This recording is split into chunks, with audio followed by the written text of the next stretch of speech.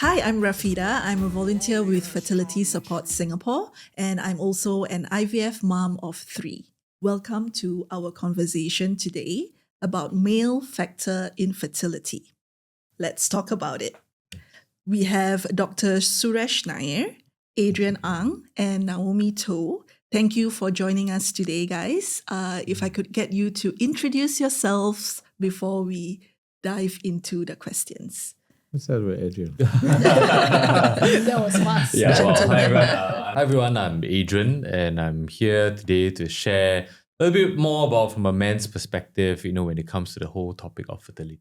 Hi, I'm Naomi and I'm a mental health counselor and co-founder of Kindred Haven, which provides mental health support for parents. And I'm also a IVF mom of 1 and have my own lived experiences of infertility. I'm Dr. Suresh Nair. I work at the Monash IVF Singapore and Seed of Life Fertility Clinic in Mount Elizabeth, Novena.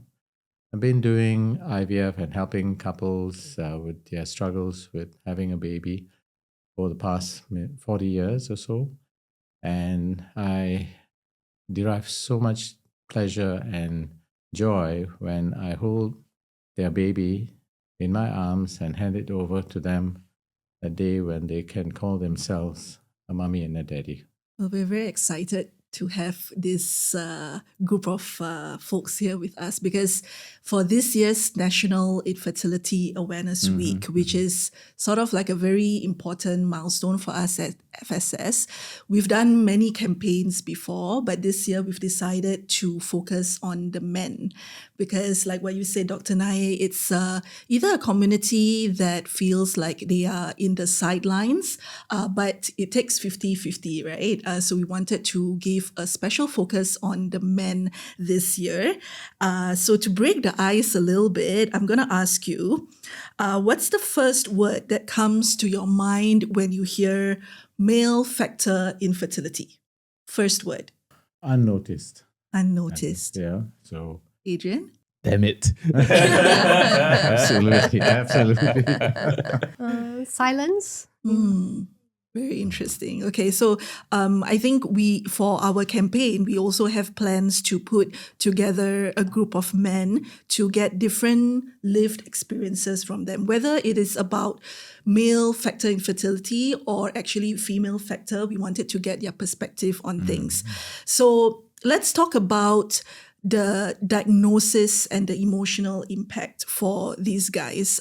For Dr. Nair, maybe you could share with us a little bit about that myth that you mentioned earlier. A lot of people think that, okay, when I say the word infertility or when you ask couples who are having challenges having a baby, a lot of them think that it's the woman. Even I, growing up, I've had relatives who were not able to conceive. Everyone kind of thought it was the woman before the science came about.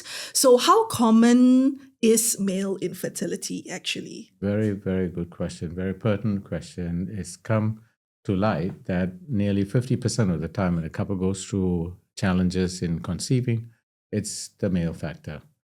But, it transcends cultures, it transcends countries, and wherever you go, this perennial concept, or not a concept, in understanding that infertility, oh gosh, it's something to do with the female side. I don't have to think about it, worry about it. And we all know that's been prevailing even now in many communities. So and I'm so glad FSS is doing this, It's long awaited. Many, even in our medical fraternity, sometimes even our GPs mistakenly just give medication to the female and totally not even talk to the husband. The most fundamental thing, and we all know, sperm test, at least, and that's never talked about. And so you can't help or blame couples, the fathers to be or the husbands, for not realizing it, because our medical fraternity and the other segments of society doesn't expound it sufficiently as well, you see. So very good what you're doing. So to define the role the male plays half of the time, so it's a significant thing. And one more thing I want to add is throughout the world now, and I'm sure you know about this, our sperm counts have been dwindling. we are so susceptible to the toxins and whatever is going on in our lives.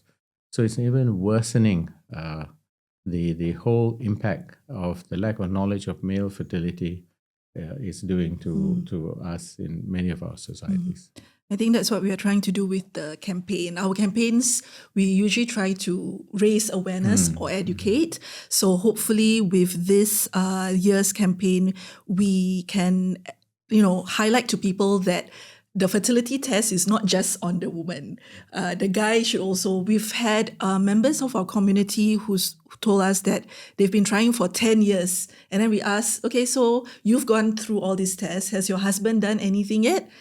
No, he doesn't want to. So too common, I know, yes. yeah. And perhaps for Adrian, could you take us back to the moment when you and your wife were trying for a baby? Was there any particular moment where you thought, okay, something might be amiss? And also, can you walk through us what went through your mind during that time? Yeah.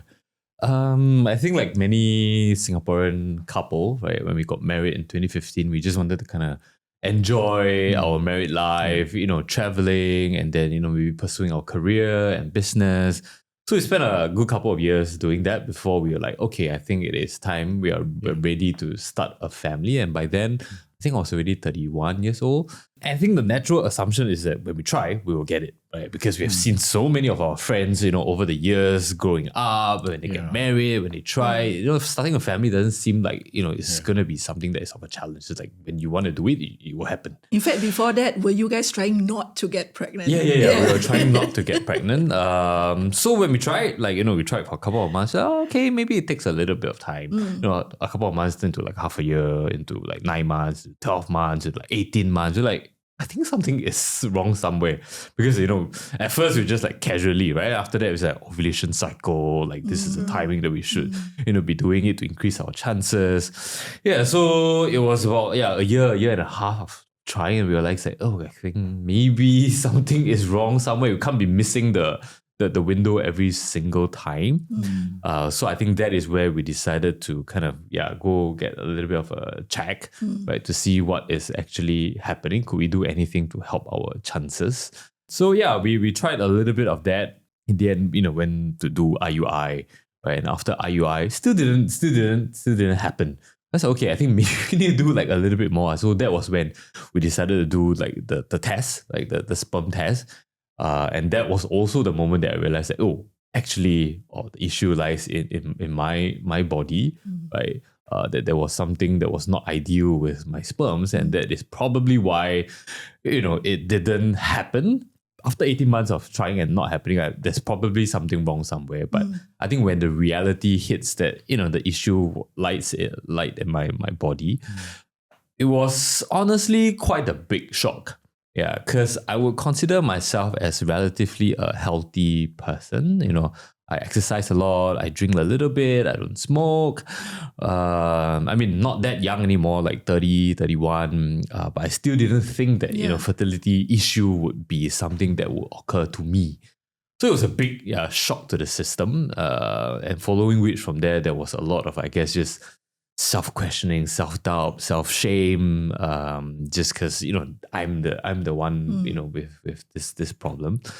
So I think this was really the process of trying and then eventually finding out, and then the initial reaction of finding out the results from the sperm test. Before you got the results, was there any suspicion? Did you think that the problem could be you, or were you just assuming what the issue was? I don't think we guessed. We tried to guess what happened. It was just part of the process that was recommended that we do a sperm test. So I was like, okay, let's just do it. I didn't think that the result will come out so different from what I expected it to be.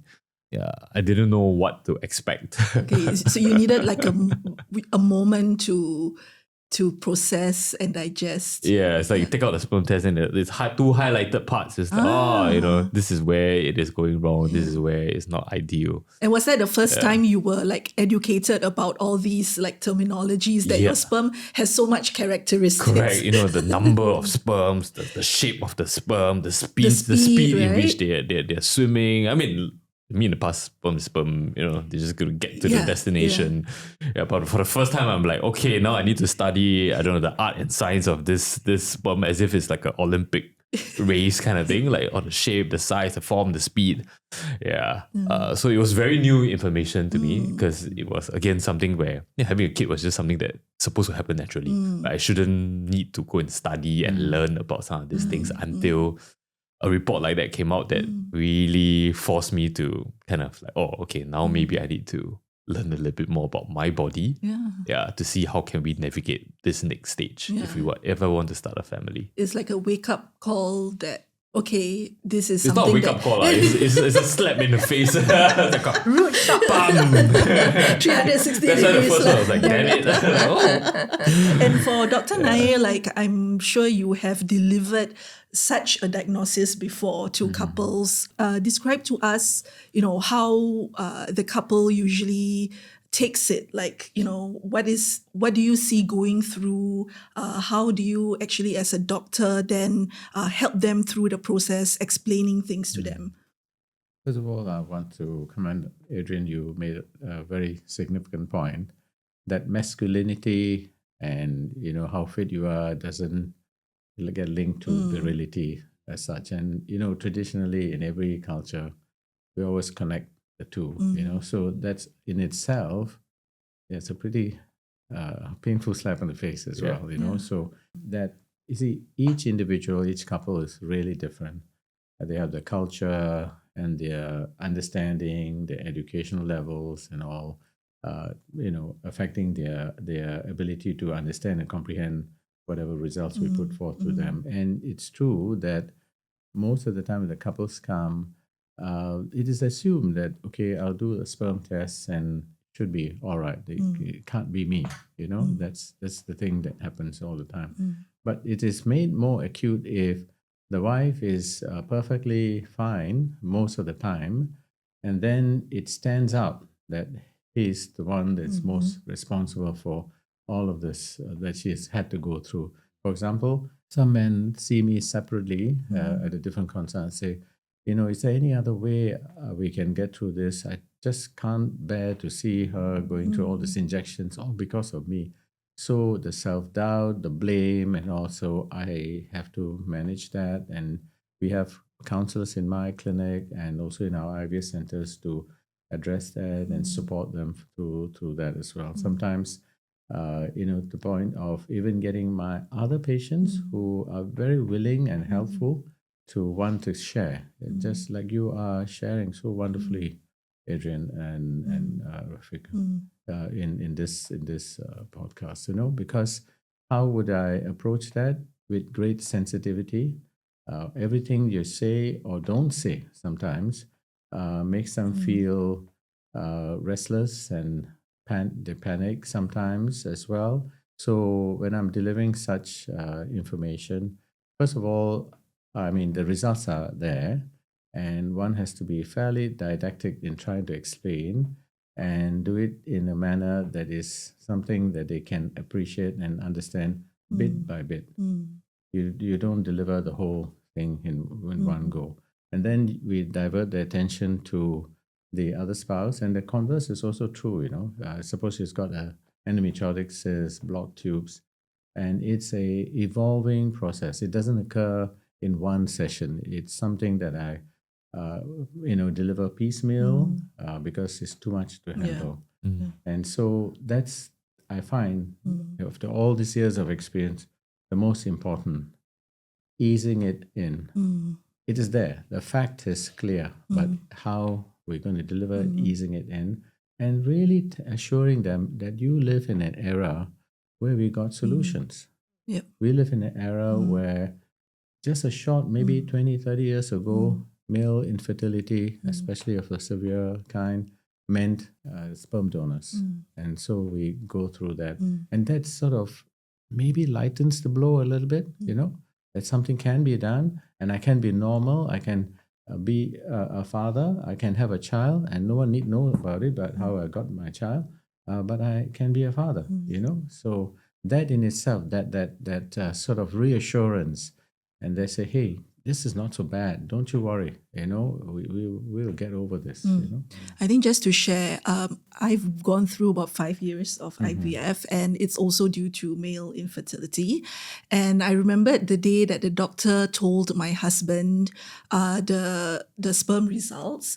And he looked so calm and collected. And to your point, he said that, well, at least we know what's the issue now.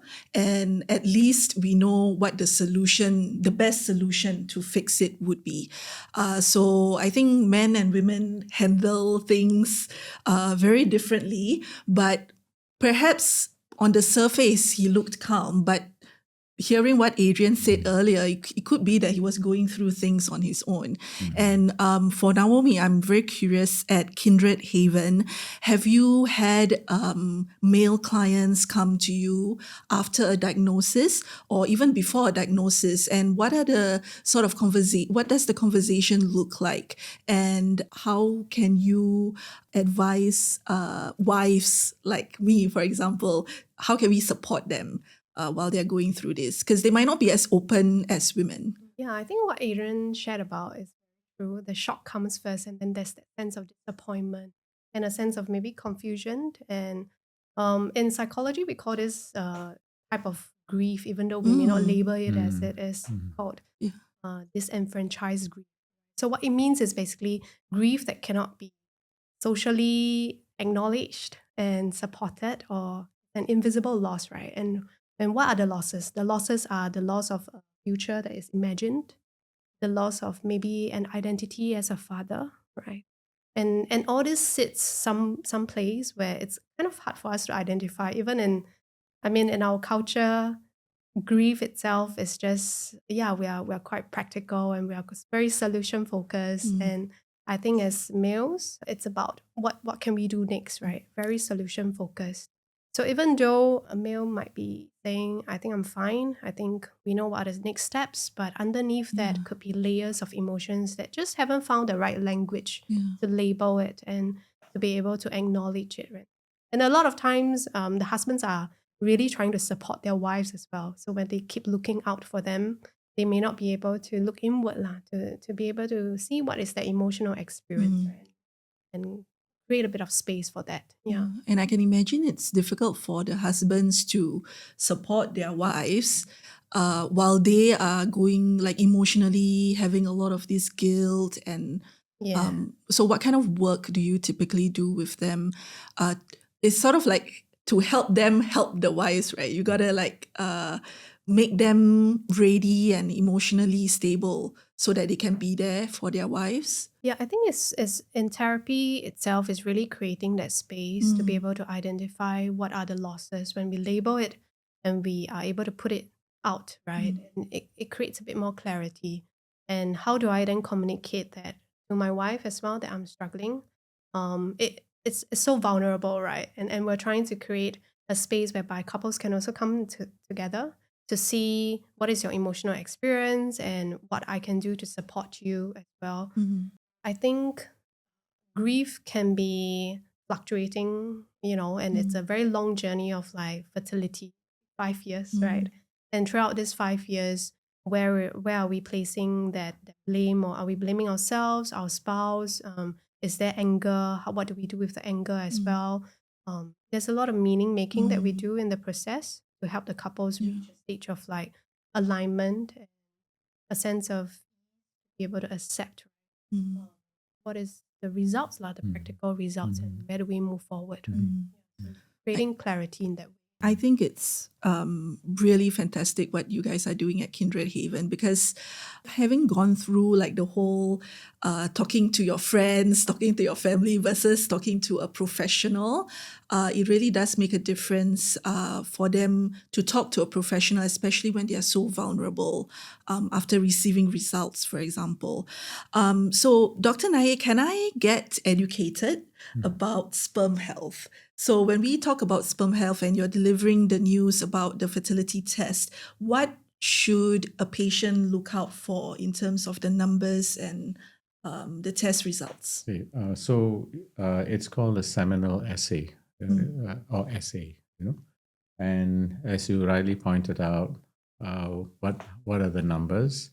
So we have now downgraded our requirements over the years. As you know, human fecundity, we use the word fecundity, ability to have a baby or conceive per cycle has really declined, and the sperm counts have declined. So now our threshold is 16 million WHO thresholds. And if at least 30 to 40% of them are rapidly moving, we are okay. And the morphology, shape of the head of the sperms, 4% and beyond. It used to be 15%, but it's been sort of readdressed, I think, because otherwise a good number of men would not fall in that so-called normal category. And we are, basing our treatments upon these parameters, as it were. So that's the first fundamental thing. Then you have to dive in deeper in this area. Even if you have good normal counts, fantastic motility, maybe not many misshapen sperms, and yet the couple is not conceiving. Then, of course, we have properly looked at the eggs and things like that. Is the eggshell thickened? Why is IUI not working out? Do we have to go to IVF? What further information do we need to show that maybe the pathway towards IVF should be expedited? So we have something called DNA fragmentation index, or DFI for short, because all of these toxins and things in our environment is damaging all of our nuclear. Actually, the sperm analysis of a community serves as a barometer of the health of that whole community, So all the arsenic and mercury and zinc that you find in a city, for example, you just do a cross-section of the sperm counts, because that's a cell that gets affected just like any other cell in the body that is, easily available for analysis, And so we come to realize, and if you look at some of the big publications of sperm health over the entire world, we come to realize that that is a good barometer of assessment of health. And it is very susceptible to anything that goes on with the male. For example, we all know smoking, definite no-no. It's one of the most toxic things you can do. Pollutants, definitely. Something called endocrine disruptors, compounds, EDCs, they call it. Biphosphenols, our insecticide, the paints, the whole lot. We are surrounded by that in the water supply, in the food we eat, the mercury and all the other components. All of this affects our sperms. So when we do these assessments and I find the DFI is really high, I have to really search really hard to find out what are some things that I can do to correct it. For example, something very obvious, and I routinely do this for my male, the husbands to be, daddies to be. I like to call them daddies to be, to give them hope, So I'll do a scan, and there's something called varicocele. Like we have veins swelling in our legs, veins that are swollen in the testes. Now, this is an area of significant controversy. Not everyone believes that that's a main reason for damaged sperms. But there is mounting evidence now that when you have a varicocele, it really damages not only your sperm cells, but your hormonal cells as well. So the testes can even shrink in size over time, and the hormones can be affected as well. And it can be corrected, but it must be done in good time. If it's been there for a long time, even if you did corrective procedures like varicocelectomy, tying off the veins, cooling down the testes, and it's not only about temperature, and that's why the testis in a human is outside the body in the scrotum, because you want to get it lower temperature than the body temperature. And the main problem we find is because in any part of our body where the blood doesn't flow, you have all the metabolites, things that should be gotten rid of, that hangs around and is toxic. You get free radicals, it's called. And that also damages the sperm. So it is something we look for. There are other things that we sometimes measure aside from DFI, something called HbA for short, or hyaluron binding assay. This gets into a realm of of analysis where we are intending to do IVF. We've already started on IVF program, and we want to fine tune what processes can we do in IVF that will help us get a better fertilization. After making such a Herculean effort of getting the eggs out, we really have to fine tune. So a lot of lab work goes on in this test where I just call it the GPS of the sperms. You put a artificial eggshell here, put a clump of sperms here, and see whether the chaps can find their way there. A lot of times they can't. They don't have that ability to hone in, and we help them along. And it's about the choice of which sperms the embryologist chooses. So those who are stuck on that shell, these are the ones we pick. They know where to go, and they show competency, physiological competency, by we selecting them out from there. And also there's a process called ICSI, and ICSI was a major advance. If not for ICSI today, I think 3/4, or I dare say even 90% of our problems would not be solved. ICSI means taking the sperm and injecting it into the egg. And even in more recent times, there's something called piezo-ICSI. Piezo-ICSI is when the sperms, we don't puncture the egg because, the eggs can be fragile. We have a vibration in that, we call it the pipette, which carries the sperm, to ease the sperm inside gently. And that helps in the fertilization because we have to protect the egg as well. So in a nutshell, I've just tried to describe, sorry, I'm using a few technical terms, but that is major advances we made, without which, honestly, we will be having significant problems. So we are victims of our own success, because we found a bypass route to get pregnancies going. We have not spent enough research time and research efforts to find out why is this happening in the first place. Even if we are exposed to all of this, why is this happening? So there's a bit of a gap there as well. That's a very interesting point, because as you were talking, I was trying to kind of make sense. And is it right to say that male factor infertility, it could be biological, but it could very well be the environmental factors as well.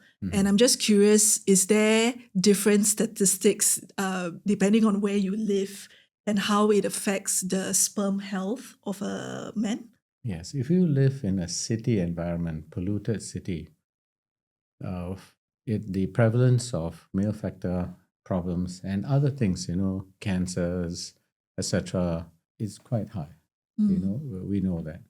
So you can mitigate that somewhat by, proper, as best you can, proper nutrition, maybe antioxidants, but there's only so much you can do if you live in environments that are so polluted. And that's why we must try and save our earth and for our children and for ourselves. Yeah, it affects our population as well. So Adrian, as you heard that, right, when you were a kid, you probably didn't think that whatever that you do or the environment that you live in would affect your sperm health. So talk me through your thought process after getting that diagnosis. Were you, like what Naomi said, looking for solutions, or what was your focus after you found that out? Honestly, it's a mixture of different emotions, right? Because obviously after getting the diagnosis, there was a couple of, different kinds of treatments that is on the table for us to consider. So there was, I guess, objective solutions to help us, start a family. While at the same time, there was just a lot of internal emotions and struggle as well. And then the fact that, I know that fertility treatment is mainly on the wife, I think that also puts a little bit of pressure on myself, right? That I need to get my head straight, right? Because the issue is me, but my wife is the one that's going to go through the tough treatment. And so there was, I would say, a phase where I just didn't really know what to do. Where I was compartmentalizing my emotions. Okay, now is not the time to be emo about it, right? Because my wife is gonna be one doing all the work. So push it aside.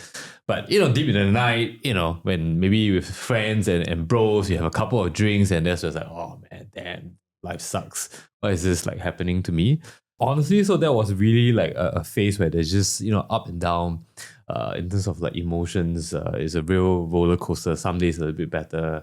Right? Some days it's just putting on like, I would say, a mask so that, when I do the injections for my wife, I'm strong, right? I'm steady. I'm not worried, right? I try to be strong for her. So yeah, I mean, I would say that phase was not easy to navigate. On top of, I guess, anybody who has done fertility treatment is a balance between having hope and not too much hopes, because every time it fails, you'll be so disappointed. So it's a very weird feeling to have. Right? Because obviously you want to be as optimistic as possible. Maybe the first time you are. Right? But then after that you fail one time, you'll be like, oh, maybe the next time around I shouldn't have so much hope, because the less hope I have, the less disappointment I have. But then that also plays into the whole psychological aspect of like, you need to remain positive, right? Don't be too negative because it affects the entire body. So I don't know how to describe it, but I think from the way that I've talked about it over the past 2 minutes, it's just a whirlwind of emotions bundled together with things that you need to do, right? And recommendations and facts. Yeah, it sounds like you were going through a lot of internal conflict. Like you were going through that grief process that Naomi was talking about, but I'm also hearing guilt and stuff. And I'm wondering in those bro moments, like, do you actually talk to your guy friends, your bros about it? Or how much did you open up to them? Honestly, I didn't share with any of my friends. You just said life sucks. And Yeah, it's just one of those like, bro, life sucks too. But Friday night, let's just have a drink. How you, bro? Shit lah, come cheers. Because honestly, topics like that it's not something that it's guys taboo. talk about. It's almost taboo, right? Yes. This is the thing. They equate masculinity and virility, strength, and all that with ability to procreate. So it's not easy unless you really have a good friend whom you could share things with. And as a male in every culture, you're not expected to show any emotions. Yeah, especially not men really. towards men. And not only that, you pointed out something really, really important, that you have to stand firm and strong for her, your wife.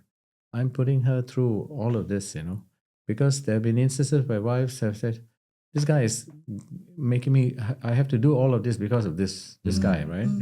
It's also going to strain your relationship, and if it's already starting off shaky, like some of our couples have already had issues because sometimes the husband doesn't want to come and do the test because he has come to realize, gosh, I think something's going on. Or maybe they've actually sought an assessment and they know it's this.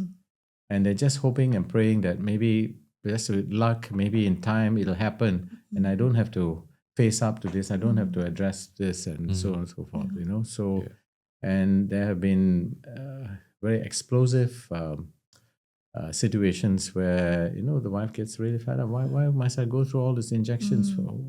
Why do I have to do all of this, you see?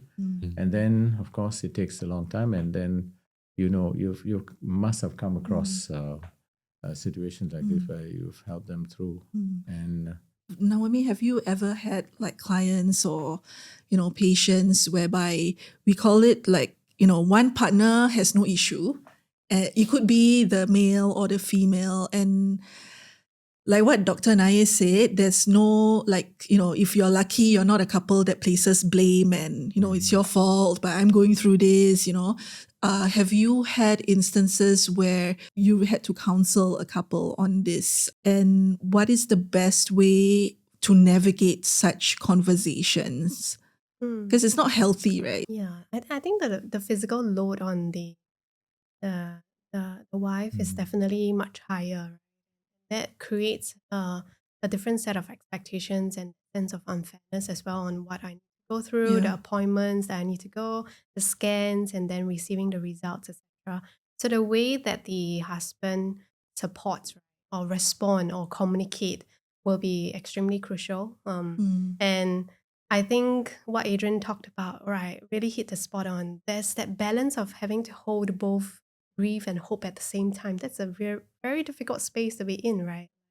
And sometimes this is from my own lived experience as well. When my husband tells me, right, oh, no worries, it's gonna happen.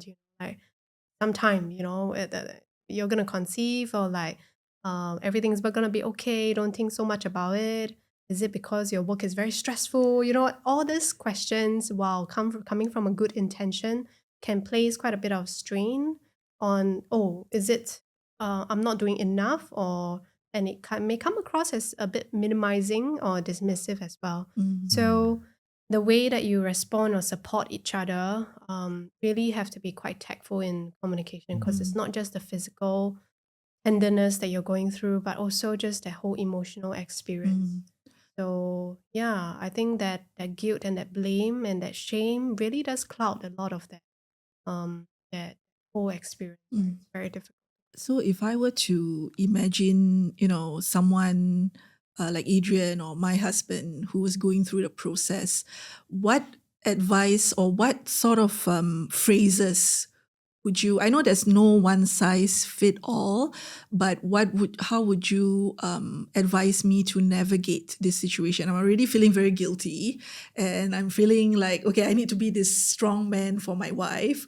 What are the right things or suited things that I can say to not get a go away? No, there's no. I'm sure Adrian can add on like what works best. Yeah, right? give me like a top 10. Like Top 10. practical scripts on what to say, right? Like I think it's about conveying emotional presence in this whole journey, and also just being we together, right? We're in this together, and I know it's tough for you, but I'm here. Like what kind of support do you need from me? And also checking in on how your partner is receiving the appointments, right? Like how was it like for you to hear the doctor tell you about the next steps, right? So just checking in on, what was your emotional experience like, and having little moments of just connecting in that way helps each other feel a bit more seen and heard, right? Or even as a wife, if my husband is going through the infertility as well, I would be like asking, yeah, I am grieving in this way, and I noticed that you are very focused on the operational side of things, right? Treatment and everything, but how are you doing really? So extending that gentleness and kindness also, if possible, to hold that space. If not, in a therapy setting, for someone to be able to unpack and process it will be helpful. Yeah. I think what you said about like that simple question, okay, what do you need from me? I think it's very so simple but so important, because like the 5 love languages, like it could be that lady A needs hand holding, but it could be that lady B just wants to be left alone. So it's actually quite a simple, but you need to have that relationship that is probably open, and you're working towards the same goal. Otherwise, like what you said, maybe a professional needs to be in the room. And how about Adrian? Like any phrases, any go-to phrases? Like, I mean, I wouldn't say there's any go-to phrases, but I mean, just really thinking back, right, is first of all, being physically present is important, because I think one important thing I think everybody has spoke about is that we must remember that we are on the same team. Yeah, we're on the same team, right? One of us might be the one that is having the issue, the other one might be the one going through the treatment, but we're on the same team, we have the same goal, we're working towards getting to the same place, because many a times when we go through, phases like that, it can feel like we are on the opposite camps, right? We are just not in the same space anymore. So I feel like that is super important. But I mean, just really thinking about it, I do wish that, back in those moments, I had professional support from an emotional point of view, because none of us would have been through something like that before, right? Both men or women, it would be something that is of a very new experience. And I mean, unless you're somebody who has been trained, right, to handle mental health and all this emotional stuff, you might not necessarily know how to kind of handle it. And no fertility treatment, I would say, any couple that has gone through it would find that an easy process. Everybody would have some sort of a struggle. It's just a matter of how best you have masked it, how you have willed yourself through this, or struggle along that such that you get to cross the finishing line.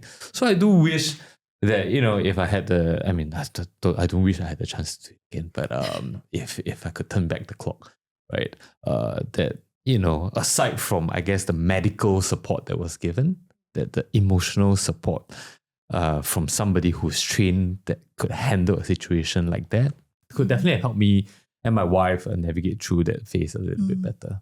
Yeah, and I know, Dr. Nair, you are quite a strong advocate for a holistic approach towards fertility treatments. And from what you shared with us just now, it sounds like when it's male factor infertility, the solution or, the next steps could be a physical procedure that might need to happen for the guy, but it could also be something that happens in the lab through ICSI, but also the emotional bit, because I notice you do mention that you do have coaches and counselors really.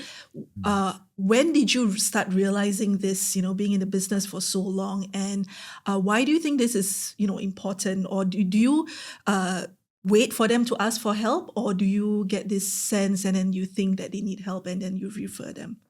To answer that last question you asked me, any couple coming to our clinic, it takes a lot of guts, a lot of energy, a lot of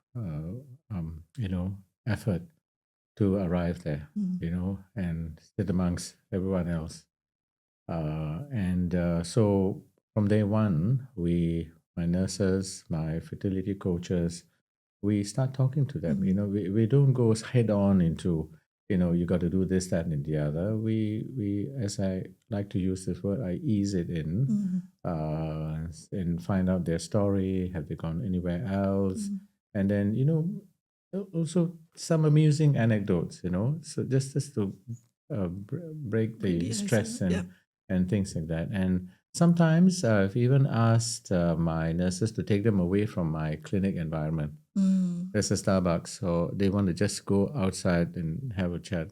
They want to express their emotions. They want to cry, and we have a special room for that as well, because it's very hard to talk about things when you're in earshot of all the other couples, even if all of the other couples are there for the same reason, So privacy, intimacy, for me is very important.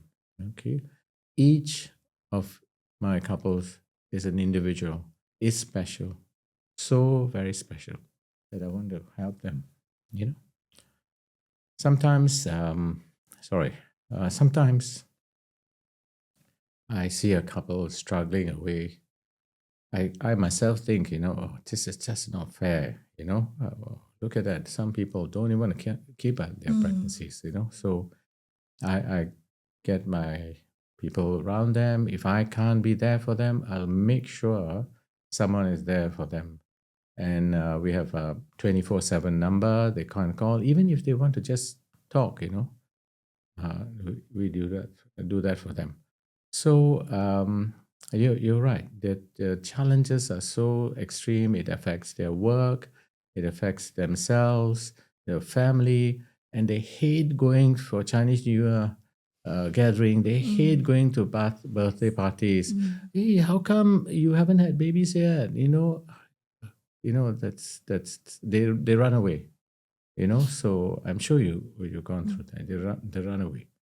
And so when they want to share this with you, you want to walk the journey with them. And it's not just technical, or go and do this test, do this and all that. Each of these tests impacts on us in different ways, And even if you explain, and there's a whole lot of information delivered, and I tend to say the whole gamut of things in my first visit as an overview.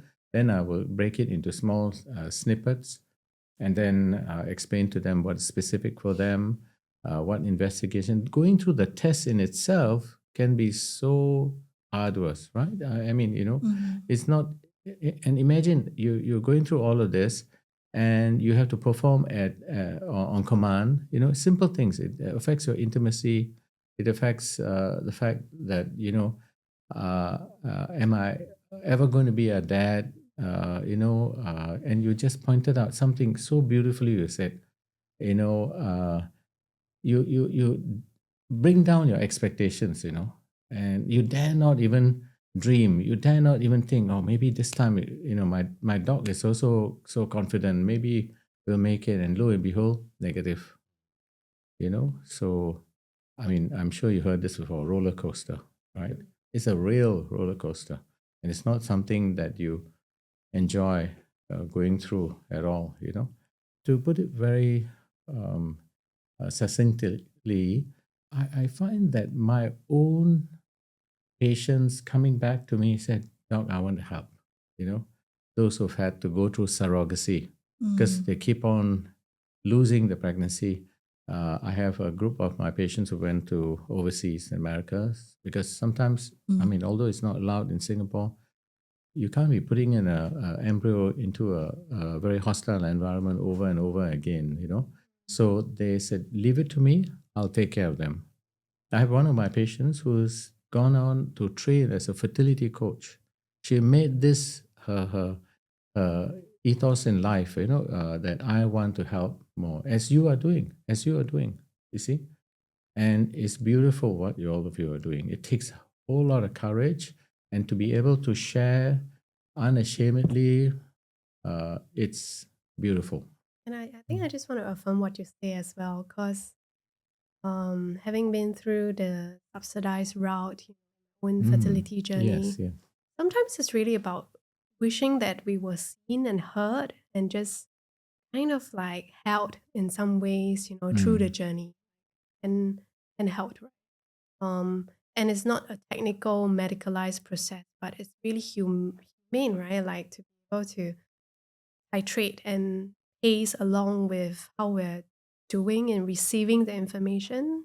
So I think, yeah, there are really times where, in this journey, it's so hard to go through that journey. If only we receive some level of compassion and kindness in the way things are delivered.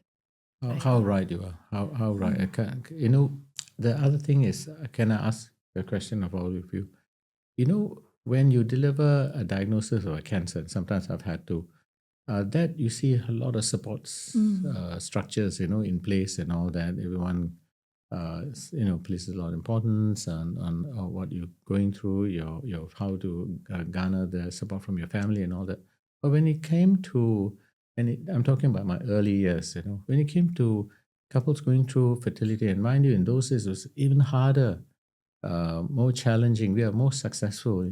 Imagine last time, and when we first started IVF, the chance of getting a pregnancy is like 2%, 5%.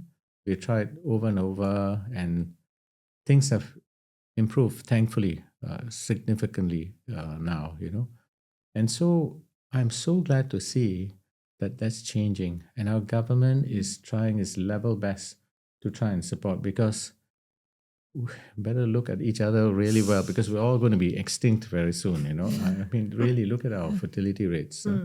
And I just talking about extinction, there's a very good paper by Xuan. I think you know about her. She wrote a book on spermageddon. You've heard about it? That our sperm counts are crashing so much, and we have fulfilled all the 5 criteria for a species to be extinct. I can't remember offhand all the others, but what really, is starkly present, and I had to debate in not too long ago, we have egg freezing. Why are we not having sperm freezing as well? Because we are subjected to so much pollutants and all that. And when we were younger, maybe for sure the quality would have been better because of not being exposed for so many decades to the toxic stimuli. So to which one of my female colleagues said, yeah, I freeze my eggs, and they come 10 years later, all I've got is these bad sperms around. What's the point? How am I going to procreate? I said, yeah. So Yeah. So we're really facing a serious problem in humankind. So I mean, how much can we do? Carry out with cleansing our environment. There's only so much we can do, right? Yeah. So that's why I was a very strong proponent of egg freezing. I know it's a different topic altogether. And don't get me started. I can go on. But that's a really good point. I mean, I think this goes to show that, society, when it comes to thinking about the fertility and conceiving, is still very, female focused. Like, what is that egg freezing? I didn't even think about it. I was like, actually, you're right. I mean, if there's egg freezing, there should be sperm freezing as well. But naturally, people just assume that, it is the female that bears the most responsibility. That dichotomy in the thought process, right? That it's a female problem. Fertility means female. Yeah. So we by doing all of this, we'll break that myth or misunderstanding. That's why the National Infertility Awareness Week is so dear to our hearts, and we are very lucky to have really great partners working with us every year, because what we really try to advocate in FSS is that education piece. Why do I only know about sperm health when I'm in my 30s, Because like what you said, cancer versus infertility, they don't see infertility as a health issue. But that level of education, I think if people are more aware about how their body works, and now it's only today that I realized that, actually the environment has a part Huge to play impact. in Huge, the huge sperm impact, health, yeah. I'll probably migrate to like Norway or something if I have a lot of kids. But I think like being educated means you make better decisions. If you want to turn back time. But like when you were mentioning about the myths earlier just now, tell me like if you've heard these myths before. I think Adrian mentioned I'm healthy, therefore I don't have any infertility.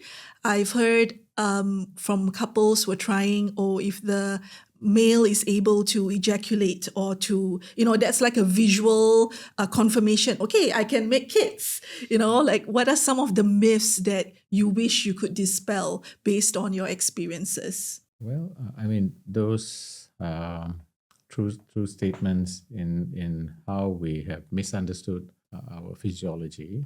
And the only way to try and correct that is just provision of information. Because the anguish and despair and all of the other trappings of learning that you have got a problem, and the same applies to women as well. The same applies to so many other realizations about your health. I've got a tumor, or I've got a genetic problem. There's a whole new, not so new, but area now in IVF. I'm seeing a lot of couples who have a affected child, and then they're coming to do IVF, not because they are not able to conceive, but they want not to have a child with this very severe recessive gene. And our government is also working in those lines to see whether we can do screening for couples, you see. So I don't want to digress, but you're right. The only way, just like everything else in life, is to transmit information, and not just to the affected, sorry, I have to use this word, affected population, but to everyone else who's not even realized that they can be affected, and at least you can do preventative things, Correct. So I think the concept of the myth and correction of the myth has got to expand into a preventative role as well. I think all of us, you look quite young, but I think for us, we probably grew up thinking, So, Honestly, we were probably the same. It's like, when are you graduating, doctor? I'm the oldest thing here.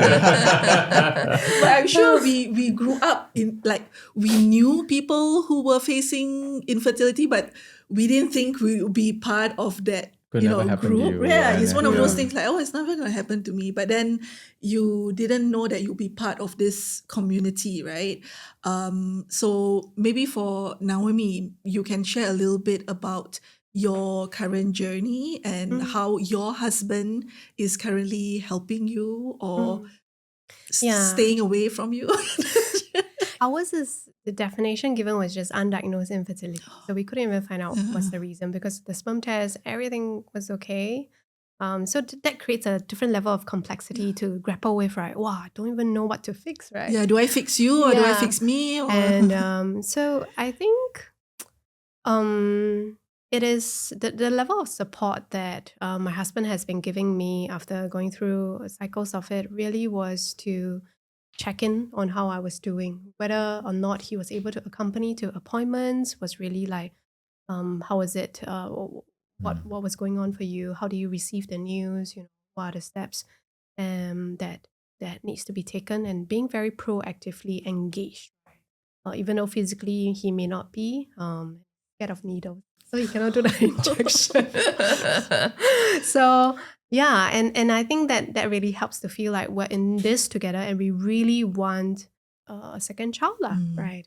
I guess the journey will still be filled with a lot of the roller coaster of emotions, oscillation, you know, days where I need to go to work and feeling like, wow, I need to work and I need to do all these things.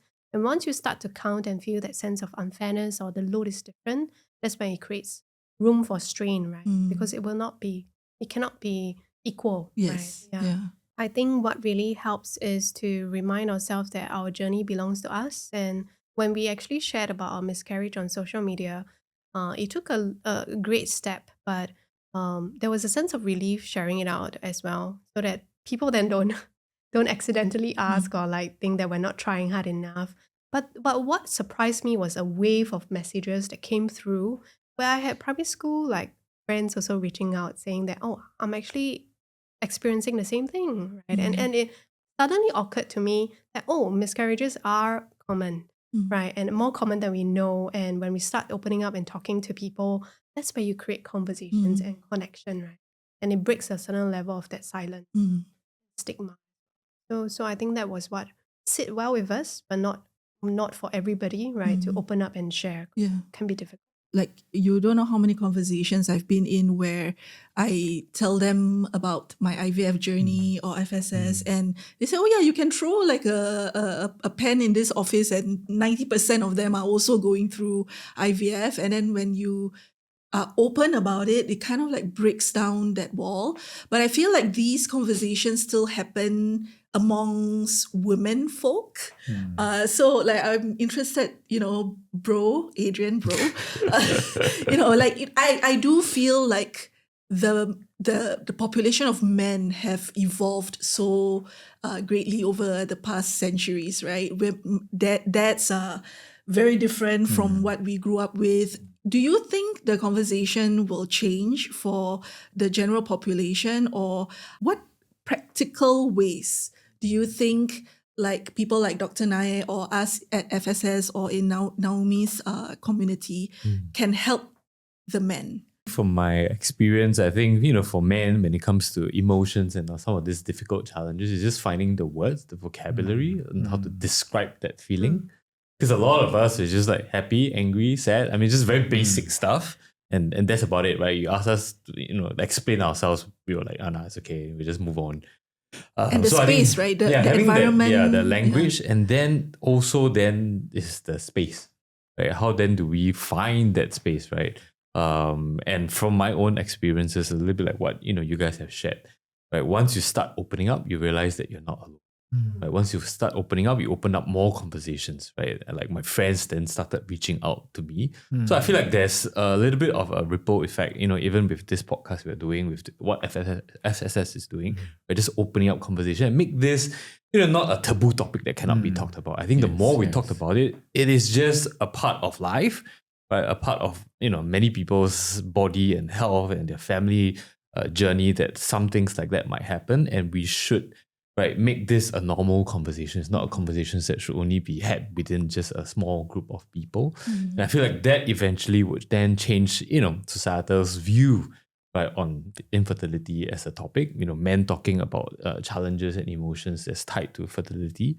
I feel like that is how conversations will start. Like, I mean, the conversations will start changing in this particular space. So I am encourage and hearten. I think in today's generations, I think men are more and more connected to their emotion. They're connected, but maybe they still don't know how to share. Like, so maybe the next stage is to share, and then how do we create that safe space to share? And that bros, when we come together, we shouldn't just cheers and drink. Right? Let's have, cafe dates like girls do, and let's, talk about things that are, that we're struggling with in a non-judgmental, in a non-dismissive way. I feel like that is what I hope, things can change, at least for, men and the community that we are building for ourselves. What we've realized at FSS is whatever works for the women does not necessarily work for the men when it comes to providing support. Like, we've tried support group chats and it just goes silent because everyone says hello, and then so we are always trying to find that sweet spot on how to help the men, because like what Naomi said, the men are struggling.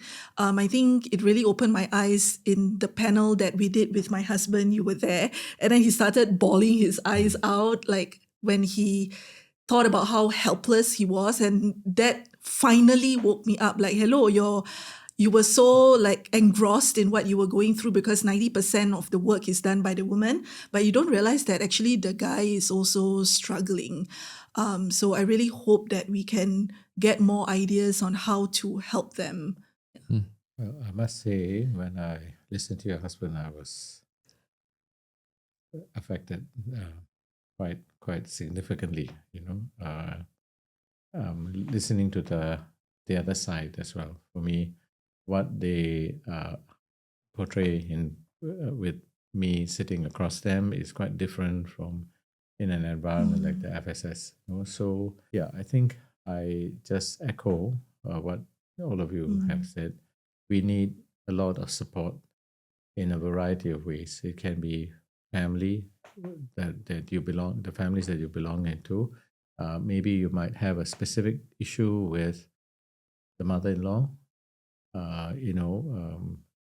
making statements that makes you feel like the most useless person on earth, and also, people announcing, every time, oh, so and so is pregnant, so and so is pregnant, and all that. That's also something someone needs to teach me to handle as well. Do I, not react in appropriate manner as one should? Am I so consumed with bitterness and all that? That's where I think you do a lot of work in that area too. Such a mixture of emotions and all that we as doctors, I know my limitations because I only can spend so much time for a couple. That's why I mobilize those who can help. And I just want to reiterate, the people who have helped me most to help my patients is my patients themselves. They've gone through it, and they've come across things that I would have never thought about, like within their own family structure, So just hearing you both and all of you, it gives me a tremendous amount of insight as well. And it's not just about, talking about the medicine of it, So what can we do? It's just that engage, and talk and think and involve ourselves. And almost like you are a pastor of a church, go out there and preach. Now, some people would feel that being intrusive, but that's a kind of risk you have to take. Because if you don't, you might not reach the people that you want to reach.